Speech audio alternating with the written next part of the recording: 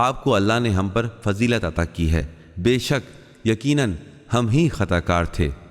یوسف نے کہا، آج تم پر کوئی الزام عائد نہیں کیا جائے گا، اللہ تمہاری مغفرت فرمائے گا، اور وہ تو تمام رحم کرنے والوں سے بڑھ کر رحم کرنے والا ہے۔ تم میرا کرتا لے کر جاؤ اور میرے والد کے چہرے پر ڈال دو، ان کی بصارت واپس آ جائے گی، اور آئندہ تم اپنے تمام اہل و عیال کے ساتھ میرے پاس آنا۔ اور جب قافلہ مصر سے روانہ ہوا تو ان کے باپ نے کہا، میں یوسف کی خوشبو محسوس کر رہا ہوں، اگر تم مجھے بڑھاپے کے سبب کم عقل نہ سمجھو۔ انہوں نے کہا، خدا کی قسم، آپ تو محبت کے پرانے خیال میں کھوئے ہوئے ہیں۔ پھر جب خوشخبری سنانے والا آیا تو اس نے کرتا یعقوب کے چہرے پر ڈال دیا اور وہ بابصارت ہو گئے۔ یعقوب نے کہا، کیا میں نے تم سے نہیں کہا تھا کہ میں اللہ کی جانب سے جو کچھ جانتا ہوں تم مجھ سے بے خبر ہو؟ انہوں نے کہا، پدر گرامی، آپ ہمارے گناہوں کی مغفرت کے لیے دعا طلب کیجئے، بے شک ہم ہی خطا کار تھے۔ یعقوب نے کہا، ان قریب میں اپنے رب سے تمہارے لیے مغفرت طلب کروں گا، یقیناً وہ بڑا بخشنے والا اور بے حد شفیق ہے۔ پس جب وہ یوسف کے پاس آئے تو انہوں نے اپنے ماں باپ کو اپنے پاس جگہ دی اور کنبے والوں سے کہا، تشریف لائیے، آپ مصر میں انشاءاللہ امن و سکون کے ساتھ رہیں گے۔ اور یوسف نے اپنے والدین کو تخت پر بٹھایا اور وہ سب ان کے سامنے سجدے میں گر پڑے۔ یوسف نے کہا، بابا جان، یہی میرے اس خواب کی تعبیر ہے جسے میں نے پہلے دیکھا تھا، میرے رب نے اسے سچ کر دکھایا۔ اس نے مجھ پر احسان کیا جب مجھے قید خانے سے باہر نکالا اور آپ لوگوں کو دیہات سے یہاں لے آیا، جبکہ شیطان میرے اور میرے بھائیوں کے درمیان فساد پیدا کر چکا تھا۔ بلا شبہ میرا رب جو چاہتا ہے اسے نہایت لطیف پیرائے میں انجام دیتا ہے، بے شک وہ بڑا واقف کار اور صاحب حکمت ہے۔ اے میرے پروردگار، تو نے مجھے اقتدار سے نوازا، مجھے خوابوں کی تعبیر کا علم سکھایا۔ اے آسمان و زمین کے پیدا کرنے والے، تو دنیا اور آخرت دونوں میں میرا سرپرست ہے، تو اسلام پر میرا خاتمہ کر اور مجھے صالح افراد سے ملا دے۔ اے نبی، یہ غیب کی باتیں تھیں جو ہم آپ کو وحی کے ذریعے بتلا رہے ہیں۔ آپ اس وقت ان کے پاس موجود نہیں تھے جب برادران یوسف اپنے مقصد کے لیے پرعزم تھے اور سازشیں کر رہے تھے۔ آپ کتنی ہی خواہش کیوں نہ کریں، لوگوں کی اکثریت ایمان لانے والی نہیں۔ اے نبی، آپ ان سے تبلیغ رسالت کا کوئی اجر طلب نہیں کرتے، یہ قرآن تو عالمین کے لیے ایک طرح کی نصیحت ہے۔ آسمانوں اور زمین میں بیشتر ایسی نشانیاں ہیں، یہ لوگ جن کے پاس سے بے اعتنائی کرتے ہوئے گزر جاتے ہیں۔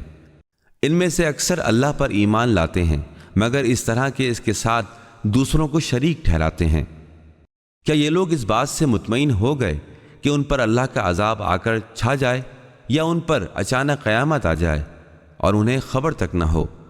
اے نبی، فرما دیجئے، یہ میرا راستہ ہے، میں اور میرے پیروکار اللہ کی طرف بصیرت کے ساتھ دعوت دے رہے ہیں، اور اللہ کی ذات ہر برائی سے پاک ہے، اور میں مشرکین میں سے نہیں ہوں۔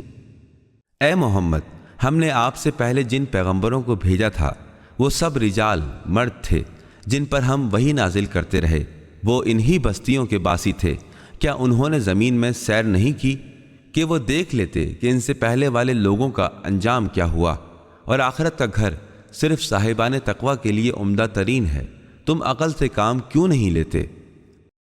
یہاں تک کہ جب رسولوں کو ظاہری اسباب کی امید نہ رہی اور لوگ یہ سمجھے کہ ان سے جھوٹا وعدہ کیا گیا تھا، ان تک ہماری کمک پہنچ گئی تو ہم نے جسے چاہا بچا لیا، اور ہمارا عذاب مجرم لوگوں سے ٹالا نہیں جا سکتا۔ اس میں کوئی شک نہیں کہ ان کے واقعات میں صاحبان عقل کے لیے عبرت کا سامان ہے۔ یہ قرآن گھڑا ہوا افسانہ نہیں ہے، بلکہ اس سے پہلے جو کتابیں آ چکی ہیں یہ ان کی تصدیق کرتا ہے۔ ہر شے کی تفصیل ہے، اور صاحبان ایمان کے لیے ہدایت اور رحمت ہے۔